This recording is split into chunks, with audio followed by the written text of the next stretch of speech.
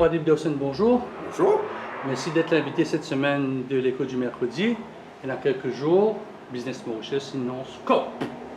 Non, c'est un joli nom qui veut dire The Code of People Practices, au pluriel.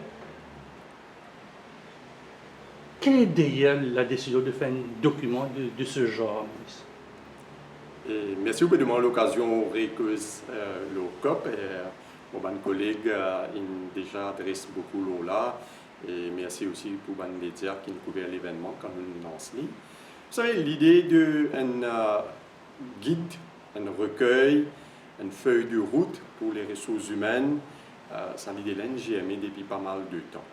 Ici, par contre, nous besoin saluer nos entreprises, nos membres, les 200 membres de Business Mauritius, qui d'une façon formelle et parfois de façon informelle aussi pour une petite entreprise, ont déjà une procédure, ont déjà une critères, un processus qui se suivent quand je fais gestion de ressources humaines. Le guide qui nous tire, le recueil qui nous peut faire avancer, la feuille de route, il y a un supplément, il y a un outil additionnel pour mieux aider, pour encadrer eux. Nous dire, build lorsqu'ils sont déjà dans notre entreprise. Alors, c'est quoi l'idée derrière sa recueil-là, sa publication-là, c'est avant tout pour harmoniser les pratiques de ressources humaines. Nous connaissons qui qualité de service, la fonction de ressources humaines dans les entreprises, il dépend un petit peu par nature, activité, nombre du personnel qui nous est là, culture de l'entreprise. Mais ayant dit cela, dans toutes les entreprises, quel que soit dans le secteur que vous opérez, et quelle que soit la taille de l'entreprise, nous avons un co-dénominateur, un socle minimum qui toute bonne entreprise, quand je cause gestion de ressources humaines, je mets en pratique, je t'applique. Alors, ça recueille-là, quelque part, les vignes dire, les vignes énoncent sa bonne pratique-là, et dans un deuxième temps, bonne entreprise pour benchmark votre propre pratique avec ça, que vous êtes capable de mieux faire, vous êtes pas faire votre bonne procédure correcte, mais que vous êtes capable de penser que je peux faire, share ça as a best practice vis-à-vis les autres, ça aussi c'est la deuxième partie de l'exercice que nous pouvons faire. Longtemps, tu appelles nous commis, tu appelles nous employés, nous venons salariés. Depuis quelque temps, tu appelles nous un talent, tu appelles nous un compétent, maintenant, mettons dans une vague, c'est people. Le choix du mot people n'est pas un peu péjoratif dans sa bouche là, quand il y a déjà maintenant, bon, ça, nous dit, on ne peut pas faire une politique, quand il y a nous, dit, people, il est un peu, il est très vaste.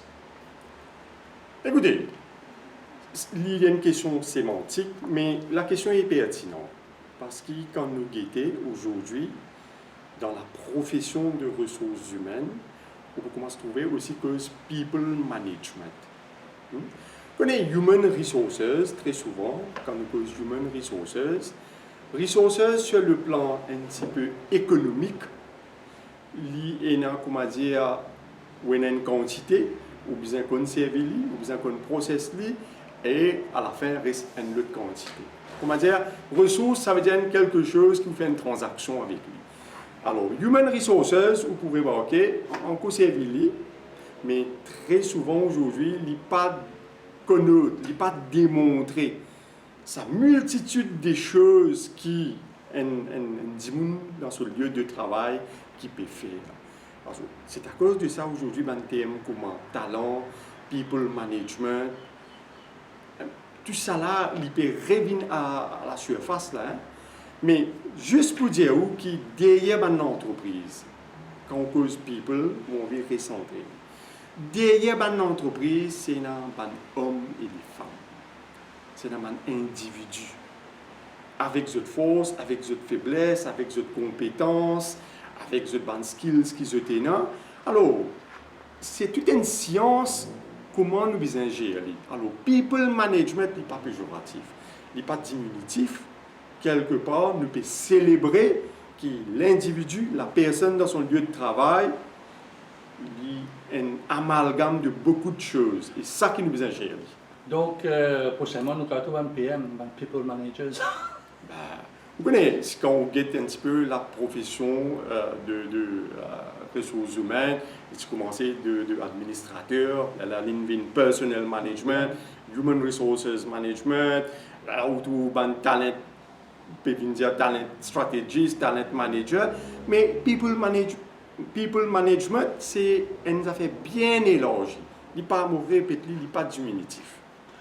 3 axes du COP, Code of People Practices, c'est People Strategy. Je fais besoin d'une People Strategy, c'est-à-dire, si moi un employé, je besoin pour cibler la personne, pour bien choisir mon futur employé, bien déterminer comment envoyer la vie d'un journal, je ne pas mettre les vagues, je peux donner l'océan, je peux la pêche poisson, alors que je peux donner une poisson vraiment spécifique. Vous voyez, quand nous identifions, quand nous mettons le premier point, tout ça là après consultation, avec ma membre, mon échange, nous guetter un petit peu comment, un peu partout, une entreprise, une boîte qui est bien successful, comment je te faire, qui autres recettes étaient, ou de remarquer qu'il y a besoin d'un alignment, un alignement. Une entreprise, très souvent, il fondée, une prémisse, une promesse qu'il peut faire tel quelque chose, il y a un but. Mais si ce but, pour atteindre ce but-là dans ce plan, s'il ne prend pas en compte un petit peu tout ce que les autres collaborateurs, les accessoires, les autres quelque chose qui est bizarre. Par exemple, vous connaissez comme les finances, les bizarres, vous connaissez comme les matières premières, c'est dans la production de quelque chose, vous connaissez qui se prix, qui se coût, mais très souvent, nous take it for granted, as if, comment dire, si une entreprise est là, mais il y a besoin de gens et des gens là pour faire le travail là. Non. Nous pouvons underestimer le potentiel du travailleur. C'est à cause de ça, les entreprises qui sont un peu plus successful, qui réussissent très bien, c'est une entreprise qui, depuis les deux bords, dans un projet, ont fini adopter une stratégie comment je peux gérer les ressources humaines et comment je peux aligner avec la stratégie de l'entreprise. Donc, c'est pourquoi je crée Business Motion, PayPal, d'éthique et de transparence. Certainement. L'éthique, c'est quoi? La transparence, quand on va un employé, c'est quoi? Non, écoutez, bonne pratique, quand nous cause éthique, transparence, accountability, vous connaissez, c'est une valeur, un principe. Nous demandons à l'entreprise, quand je peux faire la gestion de ressources humaines, comment dire, un procédé, un process qui se tient, une procédure qui se tient, il y a une procédure transparente. C'est-à-dire, ouvert le notice board, si vous passez dans le journal, pas le mettre dans le journal. Effectivement. Et là, nous ne pas prescriptif, nous pas donner une leçon. Hein. Il dépend dans quel secteur où était, comment on fait les. Mais un grand principe, ça veut dire quoi?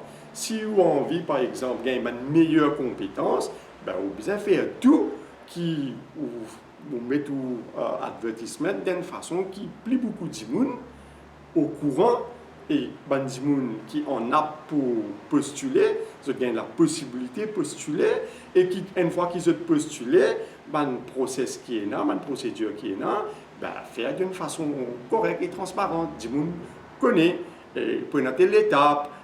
Je t'ai une chance égale. Tout ça là, c'est un principe. Ça. Beaucoup d'entreprises font li. Pour nous, quand nous mettons dans le document, c'est beaucoup plus, comment dire, une piqûre de rappel. Qui s'abandonne à faire là, nous pas capable. Une entreprise n'est pas capable de dire, mot transparent, mot process transparent, mais on finit à achieve. Non. C'est un, comment dire, éternel recommencement. Dans le recrutement, pas des dossiers, pas un chasseur de tête. Vous avez un du monde en particulier. Est-ce qu'il est transparent, ça? Il est éthique. Il y a du monde qui paye déjà un travail. Vous avez lui, c'est la personne. C'est pas. Peut-être qu'il y a une compétence qui personne ne peut c'est parfois il y a appelé, pardon, débauchage.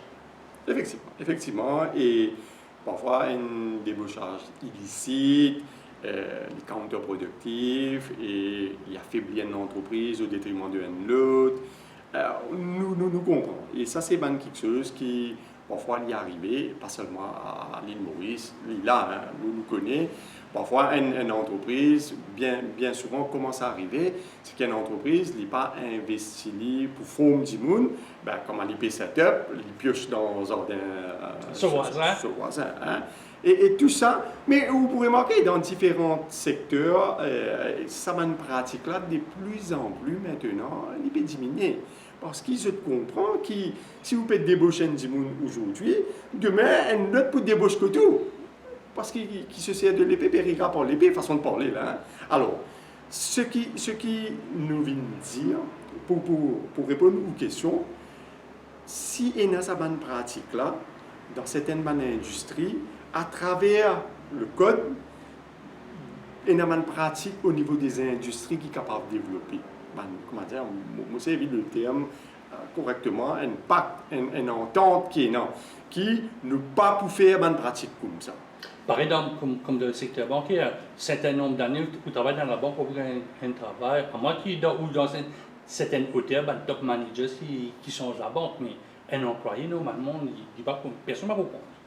C'est un peu comme ça? Oui, vous connaissez parfois une clause qui est dans un contrat qui vient dire où, de par nature au travail, quand on travaille, une petite période de temps que vous avez un petit peu à l'écart jusqu'à ce que vous êtes capable de commencer à travailler côté un compétiteur ou des affaires. Une clause de confidentialité, non-competition clauses, ainsi de suite. Mais tout à l'heure, on dit chasseur de tête. Vous connaissez parfois, il est arrivé qui sa compétence qui peut roder, sa talent qui peut roder, quand on use les normal channels, ou pas gagner, ou bien, ou capable de faire un coup d'écoute advertisement ou pas gagner personne. Mais là, ou pour bien comment dire, al rod bandimoun ou cibler bandimoun ou roder. Mais ce que nous venons dire, quand nous pouvons faire cette pratique-là, bien reste une pratique transparente, éthique. Nous devons faire correctement. Nous parlons de droit du monde, nous parlons de corruptive practices, nous parlons de faire quelque chose qui n'est pas besoin de faire. Hein? Nous restons dans les normes. Donc, deuxième axe un peu du COP, c'est la transformation des employés, des employeurs. C'est pas un mot qui fait appuyer, il y a vraiment pas de travail qui fait une transformation unique. On va dire Dawson est unique, Jean-Claude Roy est unique, Madhviram Dinklot est unique, qui fait besoin de transformer en un élément meilleur, on peut dire, productif. Allez, la transformation, quand on lit comme ça, littéralement, les sous-entend qui, comment dire, permet tout d'un centrifuge, un peu processus, passe d'une lessiveuse, ou un procédé, et comment dire, ou sorti défiguré, ou pas qui va arriver. Non, maintenant. La transformation, c'est beaucoup plus, c'est à travers le travail, où bien capable réalise au potentiel. Vous connaissez au centre d'un travail, d'une profession, d'une activité professionnelle, c'est la compétence de l'individu. Hein? C'est ce brain power, c'est cette dextérité dans la main. S'il peut travailler avec la main ou ça, s'il peut servir ce brain power, c'est ça quelque chose là. Ça quelque chose là qui est unique pour lui. Mais ça quelque chose là, il est aussi élastique. Ça. Il est élastique dans le sens qui plus vous servez, plus vous travaillez, plus vous parfaitez, ou mieux dans le temps, ou bien encore plus compétent. Parce qu'aujourd'hui, l'aspect de technologie, l'impact technologique dont nous travaillons, il peut prendre une dimension énorme. Alors, je vous déjà dit, pour répéter une petite affaire, qui, pour gagner un travail, nous avons un set of skills. Nous avons une panoplie de compétences qui nous visent pour nous gagner un travail. Mais pour rester dans ce travail-là, pour progresser dans ce travail-là, très souvent, ça set of skills-là passe. Ou bien augmenter, ou bien parfaire. Et c'est là que la formation, continuous training, développement, c'est important.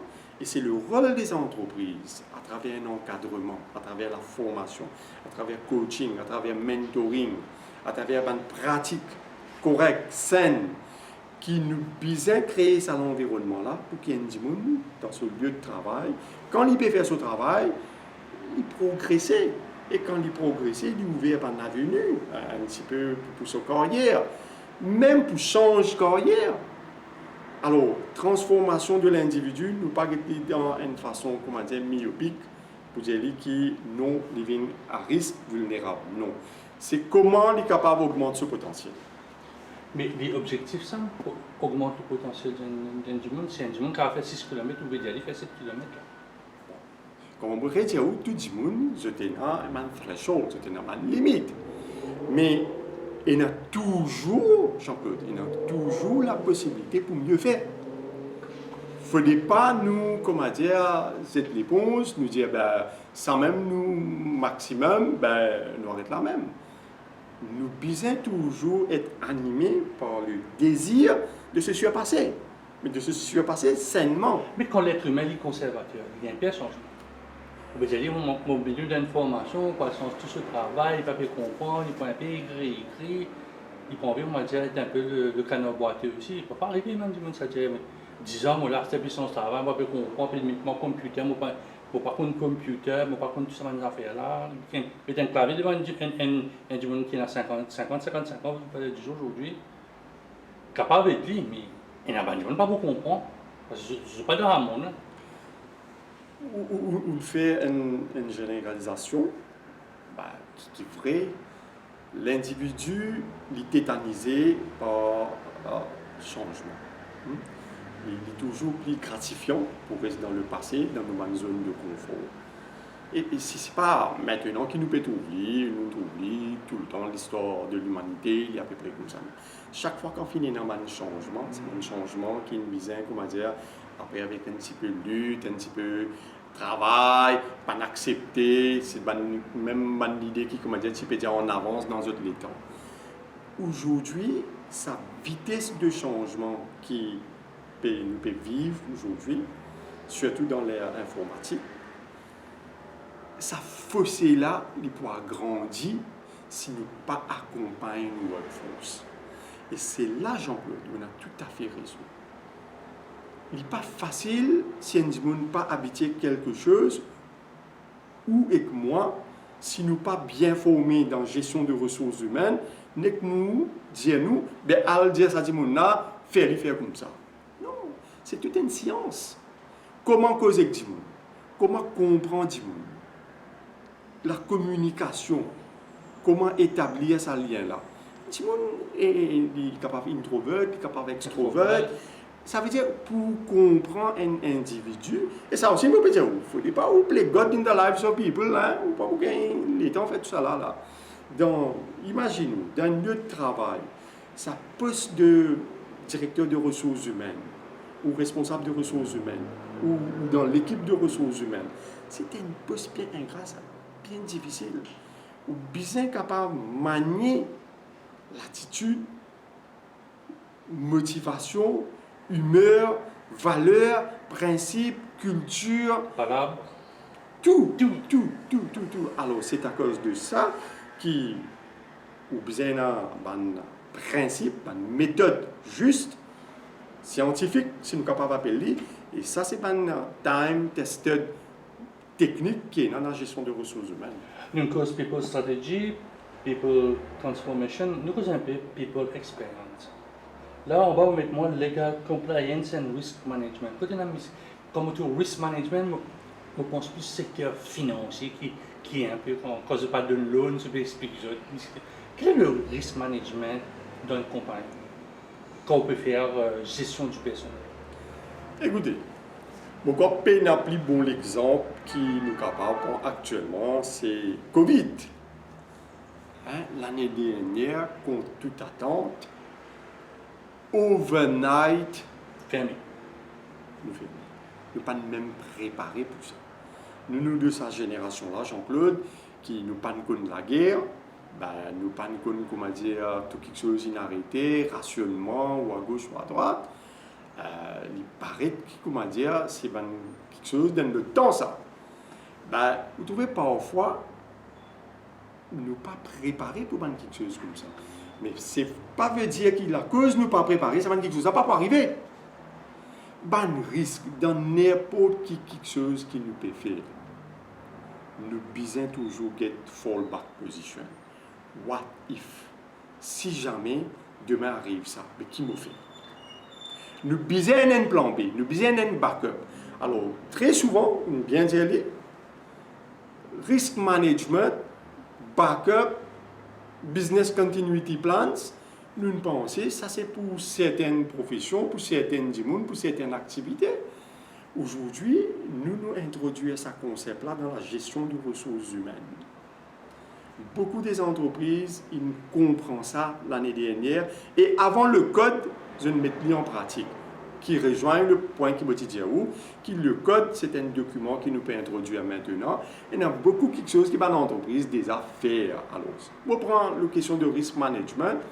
L'année dernière, dans le confinement, on trouve beaucoup d'équipes, beaucoup d'entreprises qui donnent un service de première nécessité, essential services.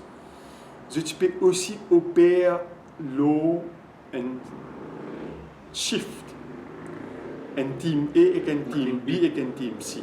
Qui fait ça? C'était what if. Si ça l'équipe-là gagne un petit issue, on a une autre équipe qui est capable de prendre relève, pas pour une disruption. Ça, c'est quand nous anticipons à la une. Nous avons un service bien bizarre, tout de suite, nous avons cette qualité réflexe-là. Mais nous aussi, nous avons ce réflexe-là pour les back-office operations. Nous aussi, nous avons qui peut arriver un jour si nous servons payroll et dans nos payroll, il y a une difficulté. Bien un cloud. C'est Data center, recovery center, ou il y a ces affaires-là. Mais pareil, comment qui arrive demain, mon frontliner ou mon collègue qui peut gérer un projet, momentanément, il est indisponible. Qui arrive? Ou il y a une urgence familiale, ou il y a besoin de quelqu'un qui est malade. Il arrive ça, ça fait comme ça. Alors, nous besoin prévoir. Gestion de ressources humaines dans la prévoyance, c'est effectivement vous avez un bon plan. Quand vous avez posé cette bonne question, parfois qui est difficile, une question qui fâche. Donc vous avez posé. Allez, moi poser une question. C'est une sorte d'ouverture pour nos businessmen. Qui généralement, quand on écoute radio, je dis bon, les représentants du patronat, le patronat dit bon, vous famille malade, c'est un problème, pas mon problème, vous avez un travail. C'est une ouverture là, ce qu'il faut dire.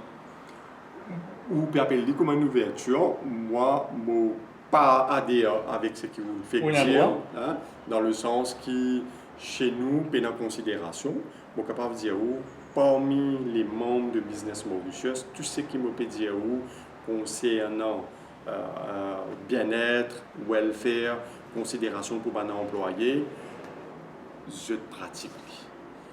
C'est malheureux que nous sommes capables de les autres entreprises que ça issue-là n'est pas high on the agenda. Mais certainement, et nous recommandons la communauté des entreprises, des employeurs. Quand on cause gestion de ressources humaines, ou besoin aussi guetter un petit peu bien-être de l'employé, essayer de comprendre un petit peu ce bonne difficulté, parce que très vite, si nous sommes capables de réconcilier les obligations personnelles de l'employé avec ce bonne obligation professionnelle, c'est même ça alignment qui me peut causer au départ là. Mais vous pouvez un happy employee, c'est productive employee, c'est objectif atteint, c'est tout bénéfice pour l'entreprise. Petite question peut-être parallèle, est-ce que le fait qu'il voit 4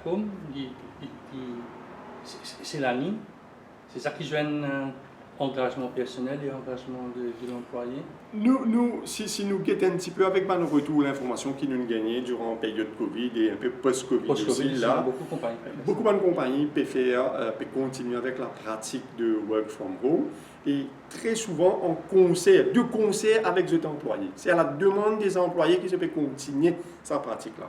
Parce que beaucoup d'employés est mieux capable, comme on dit là, réconcilier ce l'obligation personnelle et professionnelle. Alors, aujourd'hui, à l'île Maurice, nous avons un petit marché du travail, nous avons un secteur plus ou moins, un secteur côté une entreprise bien structurée. La pratique, la mise en place de work from home, il commence à prendre un essor, mais déjà, Jean-Claude, mon vie, rappelez-nous, si nous bien aussi suivre un petit peu qui peut arriver des hauts. vous trouvez déjà une levée de bouclier dans les autres pays en Europe concernant work from home. Est-ce que ce n'est pas une forme d'aliénation? L'employé, quand il ne retrouve l'entreprise, est-ce qu'il n'est pas marginalisé? Ça a une qualité question là aussi qui commence à se poser en Europe. Parce que peut-être on est un peu trop loin dans work from home. Alors, quand on me dit, nous besoin inspirer nous avec bonne pratique. Nous besoin guetter que les autres peuvent faire. Nous besoin essayer de faire quelque chose qui pour nous est correct. Mais à la fin de la journée, ce qui est beaucoup plus important, l'entreprise a besoin de faire quelque chose qui pour lui et que son employé est meilleur dans sa condition. Donc c'est pourquoi toujours dans sa troisième item qui appelle People Experience, ça c'est Recognition and Reward. Exactement. Nous besoin célébrer nos collaborateurs. Comment faire? Un petit fête, un petit get together, une petite augmentation de la paix, comment faire? Vous connaissez, là, c'est très très réducteur, là, ce que vous dites. Non, mais on dit, on a reconnu, on dit même ça, on recognize, ok, c'est la compétence. Ou reward moi, c'est-à-dire, on demande une petite médaille, parfois dans l'hôtel, vous trouvez, mettez l'employé du mois, l'employé de l'année, bon, c'est rewarding, mais la personne a envie de trouver un peu. Non, quand on dit très réducteur, dans le sens, c'est qu'il nous pas seulement limite nous à ça. Effectivement, ça c'est un signe externe, ça. Un signe externe, on peut trouver, ou faire une recognition, ou faire une award cérémonie, ou donner un certificat, ou donner un employee of the month, employee of the year, des trucs comme ça, hein, pas aucun problème. Et il y a beaucoup de formules, dans bien des cas, je donne un bonus, je donne une incitation financière, je donne un voyage, je donne un bénéfice, ainsi de suite. Ça, c'est quand on peut célébrer. Recognition, dans le lieu du travail, c'est chaque fois qu'il l'a employé, quand même ce haut et ce bas, ou besoin toujours un petit mot pour lui, ou besoin reconnaître lui, ou besoin reconnaître lui comme un team member. C'est quelque chose, il faut dire dans la gestion des ressources humaines, il faut dire où travaille avec des gens, avec l'équipe qui est capable de faire. C'est à cause de ça qu'il nous recommande, nous demande. Ça, c'est quelque chose, nous sommes capables d'un eye opener. Et nous, un exemple que vous prenez, c'est une forme visible. Mais ça, c'est un exercice que vous besoin faire tout le temps. Vous n'êtes pas capable de donner un shield, une médaille, ou célébrer un jour, après, plus tard, quand il fait une faute, ou pas même de bonnes explications, on peut prendre une autre décision. Vous comprenez? C'est à cause de ça, c'est un ensemble, ça. Dans ça, l'ensemble-là, nous avons un peu de discipline, nous avons un peu de rigueur, mais nous avons un peu de reconnaissance aussi. Mais la reconnaissance, ça commence par quoi? Un employé, un supervisor, manager, HR, comment c'est ça? Vous connaissez, là, il dépend un peu de l'entreprise qui structure ce thé. Non, vous connaissez, dans une entreprise, il y a une forme de pyramide, hein. Des gens qui un petit peu plus frontliners dans les opérations, plus beaucoup. Après, on a un supervisory staff, après, on a des gens qui dans le management un petit peu plus petit. Ça veut dire dans une entreprise, d'une façon, on peut trouver une structure, une stratification. Reconnaissance, quand on peut causer reconnaissance, c'est qu'il y a des gens qui sont un petit peu au bas. Si je suis dans ma suggestion, si je suis dans mon feedback, je suis capable de faire remonter. Si il y a des gens qui sont là-haut, quand je gagne un moment, côté bizarre, reconnaître la performance de gens, qui se dit haut et fort, qui se, par exemple, si vous avez un scheme financier, qui vous mettez en pratique, vous devez tout ça. Un employé, il bien senti concerné dans l'entreprise, il bien senti qui se travaille et apporte valeur dans son entreprise et qui font partie de l'équipe. Il pas nécessairement bien envie à la saisie dans le boardroom, mais at least, comment dire, un mon partenaire member qui est dans sa logo là, quand il fait ce projet Made in Maurice, et dans nous la main là. L'employé bien senti valorisé pour dire dans tout ce que l'entreprise peut faire et dans mon contribution là. Pour terminer ce sujet-là, et lors de la présentation, Mark Dinker qui nous donne une nouvelle ère. We are in a new era. Vous sentez ça, nous dans post. Vous pas trop content post-Covid, non, toujours dans Covid parce que le vaccin, non, pour la guerre, si vous faites, pas pour faire. Mais vous sentez qu'il nous donne une nouvelle ère, nous donne un avant 2020, nous donne l'après 2020. Écoutez, effectivement, nous déjà dans la nouvelle ère, hein, dans le sens qui, quand on peut guetter avec un changement qui n'est là, façon qui nous peut travailler, les challenges qui nous peut gagner. Il y a beaucoup d'incertitudes, mais de l'autre côté, il y a beaucoup d'opportunités aussi. Nous nous inquiétons. Qui est-ce qui nous toujours apitoyons dans quelque chose qui ne peut pas marcher, qui est difficile, ou dans un moment un petit peu qui est nébuleux là, nous trouvons une bonne voie, nous trouvons une bonne avenue, nous traçons nos chemins, nous foncer. Quand on regarde l'histoire de l'île Maurice, vous trouvez que nous une nation qui, comment dire, fonceur. Et résilient aussi. Et résilient. Parce que ce que vous pouvez trouver aujourd'hui, l'île Maurice moderne, comme on dit, c'est la force du travail, ça.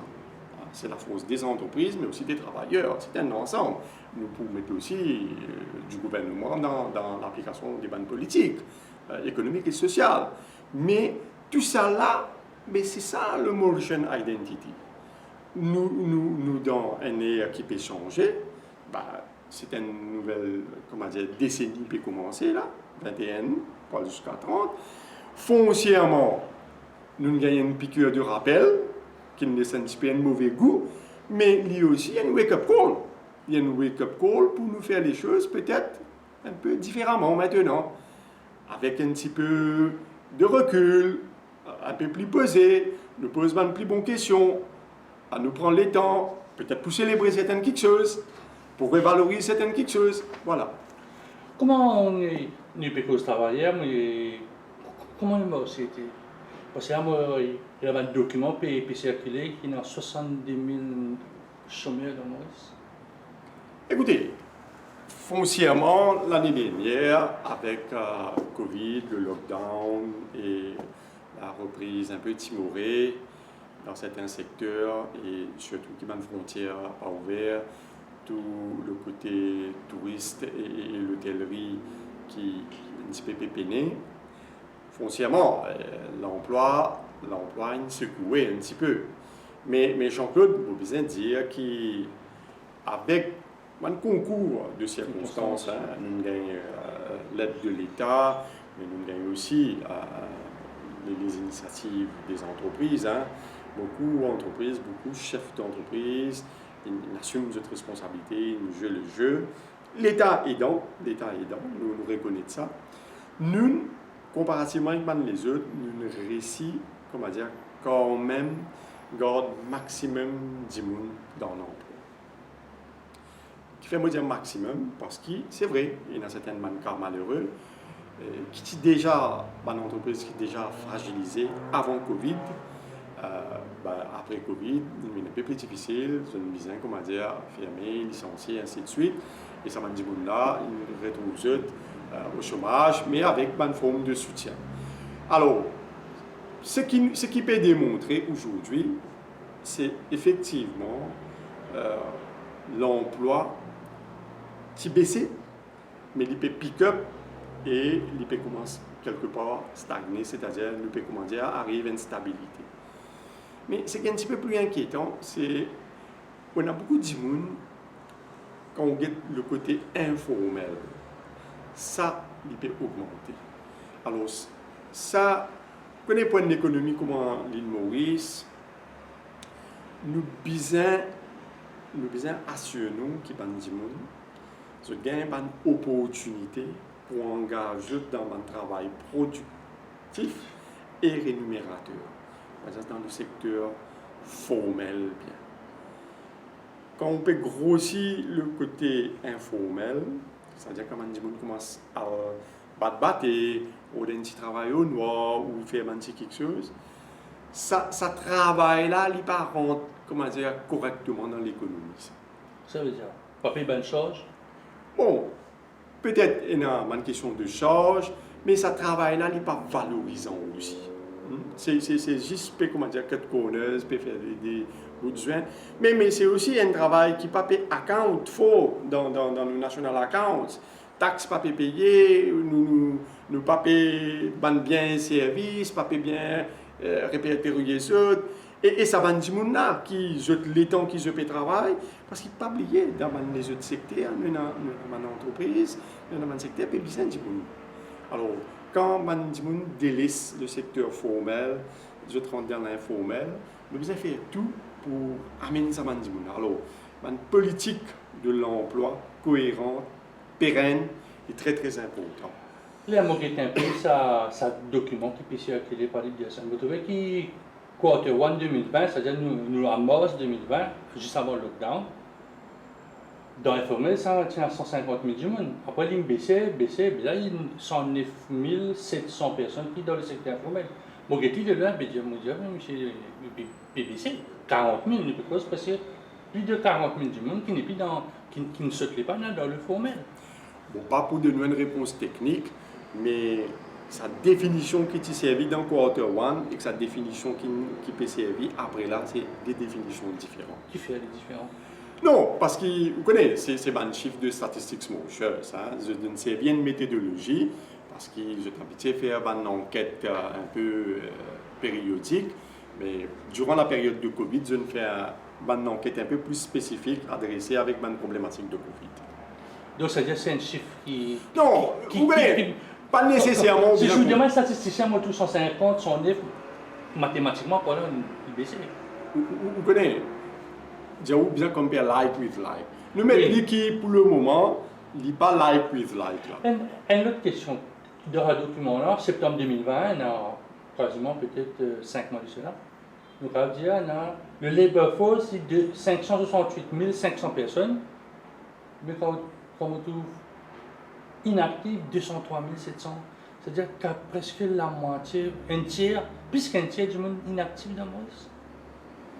Vous connaissez, bien une question de définition, mais ça c'est une réponse qui est statistique Mauritius besoin de nous, juste pour comprendre que inactive population, les bonnes personnes qui sont retraitées, les personnes qui pour une raison de handicap et santé, pas de travail, disabled, et dans inactive, ou aussi il y a des gens qui sont un peu découragés, on ça des discouraged workers, qui n'est plus période de travail, et aussi il y a un peu de gens, c'est-à-dire qui dans l'éducation tertiaire formelle, hein, je papier, ça veut dire je dans l'école, je dans le training, je dans la formation, je pas besoin de conduire comment dire ce période de travail.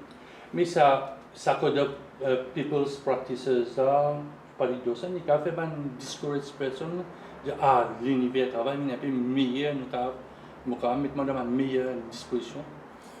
Vous connaissez, un des bons objectifs, si vous dites moi, ou peut-être comme ça, moi, je dire certainement, c'est un eye-opener, c'est un guide pour une entreprise, pour mieux préparer un peu la gestion de ressources humaines, et en ce faisant, si il permettre à une entreprise mieux planifier cette opportunité pour création d'emplois, pourquoi pas? Parce que nous, ce que nous souhaitons dans une entreprise, qui se peut déjà faire, mais le code de servi, il reste, comment dire, une feuille de route, un guide pour eux. Et ce guide-là, il peut permettre d'adopter certaines bonnes pratiques, hein, surtout une bonne pratique, pour mieux gérer les ressources humaines. Qui dit gestion de ressources humaines, vient dire aussi que quand le business peut augmenter, quand l'activité peut augmenter, si vous avez besoin de monde, vous avez besoin de recruter. Et nous venons dire dedans qui besoin faire pour recruter. Quel conseil tu peux donner à un jeune entrepreneur? Nous parlons beaucoup de start-up, moi dernière question. Start-up, une jeune entreprise, des gens qui vont, pour une raison évidente, j'ai envie de leurs autres business, c'est de mettre en application. Ça peut de partir. Vous connaissez, un jeune entrepreneur, s'il peut avoir un coéquipier, il peut avoir un collègue qui peut travailler avec lui, déjà, un idée là. Il est bien capable de gérer ça idée là. Mais quand on commence dans la gestion de Bandimoun, il demande certaines compétences qui sont un peu différentes quand on peut gérer, par exemple, stock, quand on peut gérer finance, quand on peut gérer marketing ou IT. Vous connaissez, c'est là comment nous travaillons en équipe, comment nous formons l'équipe, comment nous allouons le travail, comment nous planifions le travail, comment nous monitorons le travail. Ça, ce code-là, il est très utile pour un jeune entrepreneur. Qui est une étape qu'il a besoin de faire quand il prend une équipe, comment dire, quelque chose qui est besoin adopter et qui ban quelque chose, ban 12 qui est besoin faire, mais peut-être qui ban d'autres qui n'est pas besoin faire. Parce que quand on peut prendre 10 personnes pour travailler avec vous, quand on a l'équipe avec vous, il demande, comment dire, une petite science plus ou moins exacte. Comment on besoin gérer, travailler. Mais pour mettre un desk, on va pas une start-up desk ou bien du monde qui a envie de mettre en pratique ça. Alors, est-ce qu'il y a une l'aide? Oui, certainement, certainement. Nous pouvons travailler sur cette formule-là. Déjà, après le code là, dans sa forme physique, nous prenons un outil interactif qui nous peut mettre sur nos sites web. Code dans l'entreprise pour déjà commencer à faire une interaction avec nous. Nous pouvons recueillir un peu de pratique. Et dans un troisième temps, nous pouvons aussi, dans un sujet précis, nous pouvons aussi mettre en relation avec un service provider qui est mieux capable de guider une pratique spécifique que vous avez besoin d'attention. Donc, on a des ressources humaines. Les ressources humaines, nous pouvons mettre à la disposition de nos membres. Paddy Dawson, merci beaucoup. Bon courage avec ce nouveau code-là.